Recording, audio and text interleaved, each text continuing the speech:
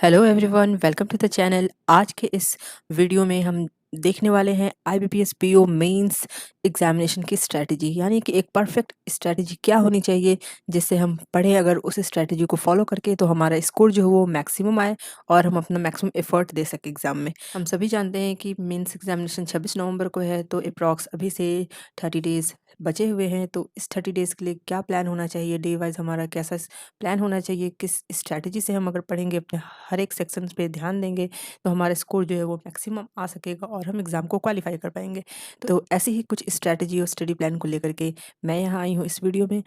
तो लास्ट तक बने रहें जिससे कि आप कोई भी इंपॉर्टेंट बात मिस न करें। इससे पहले मैं एक और वीडियो लेके आई थी, मेरे चैनल पे एक और वीडियो है जिसमें मैंने बताया है कि आखिर कैसे क्वेश्चंस आते हैं मेंस में, किस टाइप के क्वेश्चंस पूछे जाते हैं। उस वीडियो को आप ज़रूर देखें जिससे कि आप समझ सकेंगे कि कौन-कौन से सेक्शन में किस-किस टॉपिक से क्वेश्चंस आते हैं। तो चलिए शुरू करते हैं आज की strategy IBPS PO mains examination crack करने वाली। तो सबसे पहले हम बात करते हैं रीजनिंग सेक्शन की। यहाँ पे हम वन बाय वन हर एक सेक्शन पे ध्यान देंगे। तो सबसे पहला सेक्शन हमारा रीजनिंग सेक्शन है।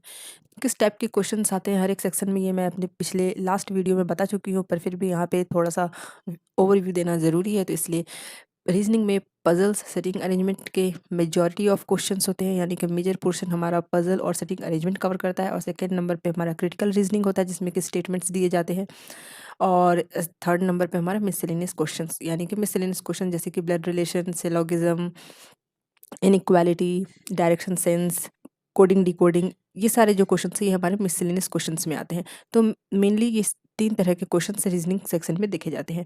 तो हमारा क्या अप्रोच होना चाहिए स्टडी का और क्या सोर्स हम यहाँ पे यूज़ करें जिससे कि हम अच्छे से तैयारी कर सकें रीजनिंग सेक्शन की। प्रीवियस ईयर क्वेश्चन से हमें एग्जैक्ट एग्जाम लेवल क्वेश्चन का ओवरव्यू मिलता है और हम इस करते हैं हम वैसे एग्जैक्ट क्वेश्चंस जैसा कि एग्जाम में आने का मोस्ट चांस होता है। तो इसलिए प्रीवियस ईयर क्वेश्चंस को सॉल्व करना हमारा फर्स्ट प्रायोरिटी होगा। सेकंड, हम मॉक टेस्ट से प्रैक्टिस कर सकते हैं क्वेश्चंस की। एग्जैक्ट लेवल के क्वेश्चंस तो किसी भी मॉक में नहीं मिलते हैं, पर फिर भी कुछ मॉक्स जैसे कि प्रैक्टिस मॉक अच्छी होती है, तो उन सबके क्वेश्चंस एग्जाम लेवल के टाइप के ही होते हैं। तो आप वहाँ से प्रैक्टिस करने से क्या होगा कि टाइम लगा के टाइम से प्रैक्टिस करने से हमारी प्रैक्टिस अच्छी होगी, जिससे कि एग्जाम में हम क्वेश्चंस को बनाने में सही टाइम पे हम क्वेश्चंस को सॉल्व कर पाएंगे। क्रिटिकल रीजनिंग के लिए मैं बोलना चाहूँगी कि अगर आपके पास कंसेप्ट है क्रिटिकल रीजनिंग के क्वेश्चंस की प्रैक्टिस करें मॉक टेस्ट से और प्रीवियस ईयर क्वेश्चन से। और अगर आपके पास कंसेप्ट उसका नहीं है तो आप सबसे पहले उसके कंसेप्ट को लर्न करें, क्या उसका कंसेप्ट है, कैसे वो क्वेश्चंस बनाए जाते हैं, उसके बाद आप बनाएं। क्योंकि अगर बिना कंसेप्ट जाने आप क्वेश्चंस बनाएंगे तो आपके क्वेश्चंस रॉन्ग होने के चांसेस ज़्यादा होंगे। क्रिटिकल रीजनिंग कुछ ऐसा ही होता है। और अगर सोर्स की बात करूँ तो आप यूट्यूब पे जाके सर्च करेंगे तो आपको काफ़ी ऐसे कंटेंट मिल जाएंगे जहाँ से आप अच्छे से प्रैक्टिस कर सकते हैं पजल्स की भी। और यूट्यूब सेशन से प्रैक्टिस करने का एक सबसे बड़ा फ़ायदा वो ये होता है कि आपको एग्ज़ाम रिलेवेंट पजल्स मिल जाएंगे, साथ ही साथ आपको वहाँ पे अप्रोच भी पता चलेगा कि कैसे सॉल्व करना है पजल को। ऐसे हम मॉक पे क्या करते हैं, प्रैक्टिस करते हैं, तो पहले सीखना ज़रूरी होता है। तो किस अप्रोच से हमें पजल्स को सॉल्व करना है, ये अप्रोच हमें यूट्यूब वीडियो से मिल जाएंगी। यूट्यूब पे बहुत सारे एजुकेटर्स के वीडियोज़ हैं, जैसे कि अंकुश लांबा सर हैं रीजनिंग के, उनकी बहुत सारे वीडियोज़ अवेलेबल हैं। आप फ्री ऑफ कॉस्ट वहाँ पे यूट्यूब पे सर्च करके देख सकते हैं, सीख सकते हैं। फिर यशराज सर वेटरन चैनल है उनका, वो भी रीजनिंग के मेंस लेवल के पजल सॉल्व करवाते हैं, उनके भी चैनल पे आपको मिल जाएंगे। तो यहाँ से आप प्रैक्टिस कर सकते हैं यूट्यूब से। क्रिटिकल रीजनिंग के लिए मैं बोला हर्षल अग्रवाल, हर्षल सर की चैनल है, वहाँ पे आपको क्रिटिकल रीजनिंग के कंटेंट्स मिल जाएंगे। तो इस तरह से आप रीजनिंग सेक्शन की तैयारी कर सकते हैं अच्छे से और फिर प्रैक्टिस भी कर सकते हैं। तो ये सोर्स और स्टडी अप्रोच क्या होना चाहिए रीजनिंग के लिए, इससे आपकी काफ़ी अच्छी तैयारी हो जाएगी। नेक्स्ट सेक्शन है हमारा जनरल इकोनॉमी और बैंकिंग अवेयरनेस। तो जनरल इकोनॉमी और बैंकिंग अवेयरनेस में अगर हम बात करें तो जनरल करंट अफेयर्स होते हैं, national international banking economic awareness के क्वेश्चंस आते हैं, स्टैटिक बैंकिंग और स्टैटिक जीके के क्वेश्चंस होते हैं। स्टैटिक बैंकिंग कहने का मतलब कि स्टैटिक बैंकिंग में बैंकिंग सिस्टम से क्वेश्चंस आते हैं, मतलब बैंकिंग जो हमारा सेक्टर है इसमें कैसे काम होता है, क्या होता है। तो इस तरह के कुछ क्वेश्चंस वहाँ पे देखने को मिलते हैं स्टैटिक जीके में, जैसे कि national park, wild life sanctuary, Ramsar site. तो ये जो क्वेश्चन है ये सब स्टैटिक जीके का पार्ट होता है, तो इससे भी क्वेश्चन आते हैं। तो मेनली फोर्थ नंबर पर हमारा स्कीम्स, यानी कि गवर्नमेंट स्कीम, बैंक्स कोई भी स्कीम लॉन्च करते हैं वो स्कीम, यूनियन बजट, हमारा इकोनॉमिक सर्वे हो गया। तो ये सब कुछ चार मेन टॉपिक्स यहाँ पे मेंशन किए गए जिनसे क्वेश्चंस आपको देखने को मिलेंगे। तो हमारा स्टडी अप्रोच क्या होना चाहिए और सोर्स क्या होना चाहिए। स्टडी अप्रोच की बात करें तो सबसे पहले हमें पढ़ना है, समझना है, याद करना और फिर उसे रिवाइज करना है। तो ज़रूरी है कि हम क्विज़ की प्रैक्टिस करें, यानी कि अगर आपने सपोज़ आपने नवंबर मंथ का करंट अफेयर्स पढ़ा है, आप उससे याद कर लिए। तो आप नवंबर मंथ का क्विज़ खोजिए, जैसे कि अड्डा 247 पे भी आपको क्विज़ मिल जाएगी, प्रैक्टिस मॉक पे क्विज़ होती है, स्टडी आईक्यू चैनल पे क्विज़ मिलेगी आपको, अफेयर्स क्लाउड पे क्विज़ है, बहुत सारी जगह आपको क्विज़ मिल जाएगी। तो आप उस मंथ का क्विज़ सॉल्व करें, उससे क्या होगा कि आप जो पढ़े हैं उससे क्वेश्चंस को सॉल्व करने से आपको पता चलेगा आपको कितना आपके मेमोरी में है, और जो नहीं भी मेमोरी में होगा वो भी आपको मेमोराइज़ हो जाएगा। तो ये बहुत ज़रूरी है। इस अप्रोच से अगर आप जीए की तैयारी करेंगे तो आपको आपका रिजल्ट बेटर होगा। जीए पढ़ने की सोर्स की अगर हम बात करें, अड्डा का हिंदू रिव्यू आता है जो कि मंथली है, पीडीएफ में अवेलेबल हो जाता है फ्री ऑफ कॉस्ट। तो आप डाउनलोड करके इजीली वहाँ से रिवीजन कर सकते हैं, पढ़ सकते हैं। अड्डा का वीकली करंट अफेयर जो कि आपको यूट्यूब पे मिल जाएगा, वीडियो आशीष गौतम सर लाते हैं वीकली करंट अफेयर्स का सेशन, तो वहाँ से आप वीकली पढ़ सकते हैं, तैयारी कर सकते हैं। अफेयर्स क्लाउड पे का भी पीडीएफ आपको मिल सकता है, फ्री ऑफ कॉस्ट भी रहती है, पेड भी है, तो आप वो भी ले सकते हैं। स्टडी आईक्यू की भी वीडियोस होती है, मंथ वाइज आती है उनकी 300 बेस्ट, और फिर बैंकिंग अवेयरनेस भी उनका आता है अलग से, गौरव गर्ग सर का। तो ये सब आपको यूट्यूब पे मिल जाएगी फ्री ऑफ कॉस्ट, मैक्सिमम चीज़ें आपको मिल जाएगी। तो आप यहाँ से ये सोर्स का यूज़ करें और इन सोर्सेज को फॉलो करने करके आप जीए की तैयारी अच्छे से कर सकते हैं, और फिर पढ़ें, याद करें और क्विज की प्रैक्टिस जरूर करें। ये आपका अप्रोच होना चाहिए जीए पढ़ने का। इससे क्या होगा कि आपको ज़्यादा मेमोराइज होगी और आप भूलेंगे नहीं, और एग्जाम में क्वेश्चन को आप बना पाएंगे। तो मूव करते हैं नेक्स्ट सेक्शन पे, जो है हमारा English language. English language section की अगर हम बात करें तो इंग्लिश लैंग्वेज सेक्शन में रीडिंग कॉम्प्रिहेंशन और उसके अलावा और जो भी क्वेश्चंस आते हैं, जैसे कि ग्रामर रिलेटेड क्वेश्चंस होते हैं, फिर कुछ मिसलेनियस क्वेश्चंस, फिलर्स होते हैं, क्लूज टेस्ट होते हैं, ये सभी क्वेश्चंस होते हैं, एरर डिटेक्शन, फ्रेज रिप्लेसमेंट, ये सारे क्वेश्चंस आते हैं, वर्ड स्वैप, तो ये सब क्वेश्चंस होते हैं।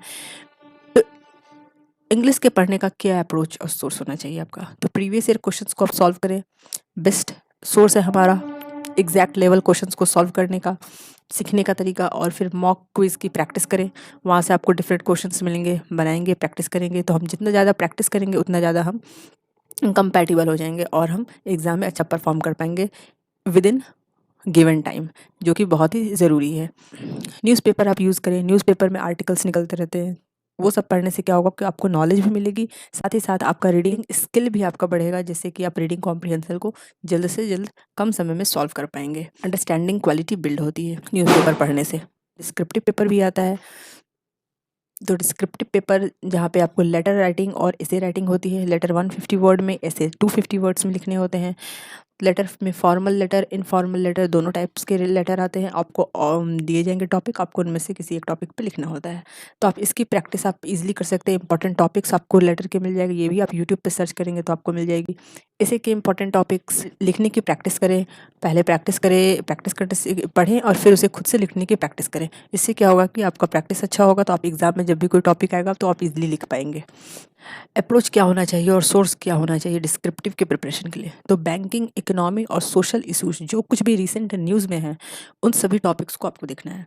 फिर वो आपको मैगजीन्स में मिल जाएंगी, न्यूज़पेपर्स में मिल जाएंगी, इजीली गूगल करेंगे तो भी आपको मिल जाएगी। तो आप अगर फैमिलियर है, डेली करंट अफेयर्स पढ़ते हैं, न्यूज़ देखते हैं, तो आपको पता होगा कि बैंकिंग, इकोनॉमी और सोशल इश्यूज क्या रिसेंटली अभी चल रहे हैं। तो उन सब रिसेंट न्यूज़ को आप टारगेट करें, उन सब से आपका ऐसे का टॉपिक की प्रिपरेशन हो जाएगी अच्छे से। यूट्यूब सेशंस आपको मिल जाएंगे, इंपॉर्टेंट टॉपिक्स के आप सर्च करेंगे यूट्यूब पे तो आपको वीडियोस मिल जाएंगी, वहाँ से आपको इंपॉर्टेंट टॉपिक मिल जाएंगे। तो आप उन टॉपिक्स को गूगल करके भी आप इसे तैयार कर सकते हैं, लिख सकते हैं और फिर आप उसकी प्रैक्टिस कर सकते हैं। इस दो तरीके से आप प्रैक्टिस कर सकते हैं, तैयारी कर सकते हैं डिस्क्रिप्टिव पेपर की। या तो आप हमेशा रेगुलर पढ़ रहे हैं तो आपके प्रैक्टिस में है, नहीं तो आप यूट्यूब पे सर्च करें, इंपॉर्टेंट टॉपिक्स मिल जाएंगे, फिर उस टॉपिक्स को आप तैयार करें और फिर उसे लिखने की प्रैक्टिस करें। तो इन दो तरीके से आप डिस्क्रिप्टिव पेपर की तैयारी कर सकते हैं। Now moving to data analysis and data interpretation section, जिसमें कि 35 क्वेश्चंस आते हैं और 60 मार्क्स के पूरे होते हैं। 25 क्वेश्चंस यहाँ पे 2 मार्क्स के और 10 क्वेश्चंस 1 मार्क्स के, टोटल 60 मार्क्स के डेटा इंटरप्रिटेशन के क्वेश्चंस देखने को मिलते हैं। इसमें मेनली डीआईज होते हैं और अर्थमेटिक बेस्ड डीआई होते हैं। कहने का मतलब यहाँ डेटा इंटरप्रिटेशन होता है, डेटा दी जाती है आपको, bar graph, tabular graph, line graph, pie chart, anything, it could be scatter DI, it could be any type of DI के फॉर्म में आपको डेटा दी जाएगी, आप उसे इंटरप्रेट करें, फिर आपको नीचे क्वेश्चंस होंगे, आपको सॉल्व करने हैं। डेटा एनालिसिस, अर्थमेटिक के क्वेश्चंस नहीं मिलेंगे डायरेक्ट आपको, वो डीआई के फॉर्म में मिलेंगे, तो आपको उस डेटा को एनालाइज करना है और फिर क्वेश्चंस बनाने हैं। तो ये दो तरह के क्वेश्चंस देखे जाते हैं और कुछ मिसलेनियस क्वेश्चंस भी होते हैं। जैसे कि क्वाड्रेटिक इक्वेशन के question, wrong number series, data sufficiency.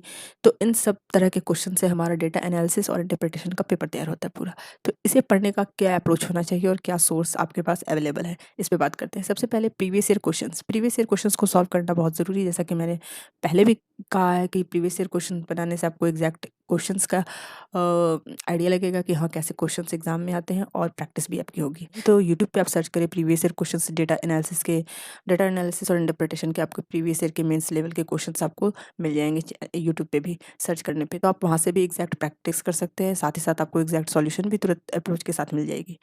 Mock और क्विज से आप प्रैक्टिस कर सकते हैं। यूट्यूब सेशंस अगर आप देखना चाहें तो वीआईपी एडुसर्व चैनल पे आपको मिल जाएगी। वहाँ पे एक डेडिकेटेड प्लेलिस्ट आपको पूरी मिलेगी, जिसमें कि मेंस लेवल के क्वेश्चंस की प्रैक्टिस कराई जाती है टॉपिक वाइज। और रिसेंटली वीआईपी एडुसर्व चैनल पे एक इनिशिएटिव स्टार्ट हुआ है, जिसमें कि सेट 1 सेट 2 करके प्रैक्टिस कराई जा रही है मेंस लेवल के क्वेश्चंस की, वो भी मेमोरी बेस्ड। तो वहाँ से आप बहुत अच्छे से प्रैक्टिस कर सकते हैं। आप चैनल पर विजिट करें और आप इजीली ढूंढ पाएंगे। वैसे चैनल का लिंक मैं डिस्क्रिप्शन बॉक्स में प्रोवाइड कर दूंगी। तो यूट्यूब सोर्स को यूज़ करके आप प्रीवियस ईयर क्वेश्चंस की प्रैक्टिस भी कर सकते हैं, और भी क्वेश्चंस की प्रैक्टिस कर सकते हैं। एक्सपेक्टेड टाइप क्वेश्चंस की मॉक से आप प्रैक्टिस कर सकते हैं विद इन टाइम, या फिर आप मॉक को सबमिट करके भी प्रैक्टिस कर सकते हैं। तो इस तरह से आप यूज़ करें इन सोर्सेज का, और इस तरीके से आप अगर पढ़ते हैं तो आपका डेटा एनालिसिस और इंटरप्रिटेशन का जो सेक्शन है वो बहुत अच्छे से तैयार हो जाएगा।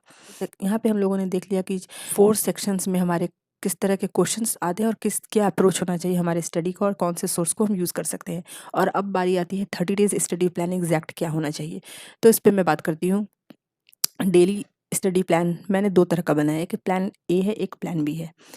प्लान ए के अकॉर्डिंग हमें डेली जीए पढ़ना है, सेकंड नंबर पे हमें क्वांट डेली पढ़ना है, और थर्ड नंबर पे हमें रीजनिंग या फिर इंग्लिश। कहने का मतलब ये है कि ये स्टडी प्लान ए जो बनाया गया है, ये ऐसे स्टूडेंट्स के लिए है जिनका क्वांट थोड़ा वीक है और रीजनिंग ज़्यादा स्ट्रांग है।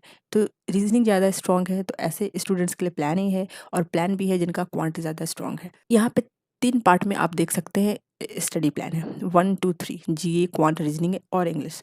ये ऐसा इसलिए है क्योंकि डेली आप 4 सेक्शंस को प्रैक्टिकली ये पॉसिबल नहीं होता कि हम चारों सेक्शंस पे डेली वर्क करें। हमारे पास उतना टाइम नहीं होता क्योंकि अगर हम किसी एक सेक्शन की भी अच्छे तरीके से पढ़े तो 2 टू 3 आवर्स लग जाते हैं।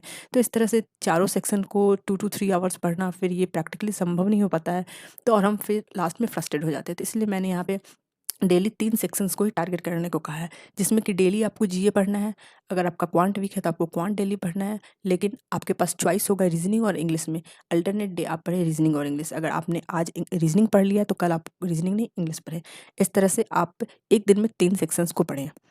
ये स्टडी प्लान ए है। प्लान बी की बात करें तो यहाँ भी जीए डेली आपका होगा, क्योंकि जीए हमारा बहुत वास्ट है। यहाँ पे रीजनिंग डेली पढ़ना है क्योंकि आपका क्वांट स्ट्रांग है, रीजनिंग थोड़ी वीक है, तो आप रीजनिंग डेली बनाएंगे इसके क्वेश्चंस। और थर्ड नंबर पे मैंने रखा क्वांट और इंग्लिश में चॉइस, यानी अगर आप आज क्वांट पढ़ते हैं तो आप दूसरे दिन उसके नेक्स्ट डे आप इंग्लिश पढ़ेंगे, फिर नेक्स्ट डे क्वांट, फिर next day English. Alternate days आप क्वांट और इंग्लिश को कंटिन्यू रखें, आपकी तैयारी बहुत अच्छे से हो जाएगी। तो ये स्टडी प्लान ए और प्लान बी इस तरीके से मैंने यहाँ पे डिज़ाइन किया है, और 3 सेक्शंस को आप 2 टू 3 आवर्स टाइम दे करके आसानी से पढ़ सकते हैं। लेकिन अगर आप चाहेंगे चारों सेक्शंस को पढ़ना तो वो प्रैक्टिकली पॉसिबल नहीं हो पाता है, और फिर हम लास्ट में खुद से ही डिसअपॉइंटेड हो जाते हैं और हमारा मोटिवेशन जो है वो डाउन हो जाता है। तो इसलिए ऐसा मैंने प्लान तैयार किया है, जिसमें कि हम 3 सेक्शंस को डेली पढ़ेंगे और हमारा जो है प्रिपरेशन बहुत अच्छे से चलेगा। अब हम देख लेते हैं टारगेट डेट वाइज कि क्या होना चाहिए। ये तो बात हो गई यहाँ पे कि जीए क्वांट पढ़ना है, मैंने बता दिया जीए क्वांट क्या पढ़ना है आपको, रीजनिंग क्या पढ़ना है, इंग्लिश क्या पढ़ना है, और क्या कैसे पढ़ना है, ये मैंने पहले बता दिया। जीए में भी मैंने बताया कि आपको कौन कौन से टॉपिक को पढ़ना है और क्या सोर्स यूज़ करना है। लेकिन यहाँ पे सबसे बड़ी बात आती है कि जीए हमें कितना पढ़ना है, क्योंकि जीए बहुत वास्ट है और अनलिमिटेड है। तो यहाँ पे हमें कुछ मंथ्स को टारगेट करके चलना होगा। जैसे कि प्रीवियस ईयर क्वेश्चन को एनालाइज करने से ये पता चला कि लास्ट के 6 मंथ के 5 टू 6 मंथ के करंट अफेयर्स जो मोस्ट प्रोबेबल सफिशिएंट होते हैं मैक्सिमम क्वेश्चंस को अटेम्प्ट करने के लिए। तो इसलिए यहाँ पे टारगेट किया गया लास्ट 5 टू 6 मंथ को। तो डेट वाइज मैंने यहाँ पे डिसाइड किया है कि अगर आप 4 डेज एक मंथ को देते हैं, डेडिकेट करते हैं जीए पढ़ने के लिए, यानी कि 4 डेज़ में अगर आप 1 मंथ का जीए कवर कर लेते हैं डिफरेंट सोर्सेज जो मैंने आपको बताया वहाँ से, तो उससे क्या होगा कि आपका अभी से 30 डेज़ में आपका 5 to 6 मंथ का जीए का पोर्शन पूरा कंप्लीट भी हो जाएगा और आपको याद भी साथ ही साथ रिवाइज भी हो जाएगा। तो यहाँ पे मैंने डेट मेंशन कर दिया है 25, 26। पता मालूम है सभी को कि 24 को दिवाली है, तो दिवाली को मैंने छोड़ के यहाँ पे मेंशन किया है। 25, 26, 28 और 29 अक्टूबर को आप जून स्टार्ट करते हैं, तो इन चारों दिन आप जून पढ़ेंगे। फिर 31, 1, 2 और 3 नवंबर को यहाँ पे फिर आप जुलाई पढ़िए।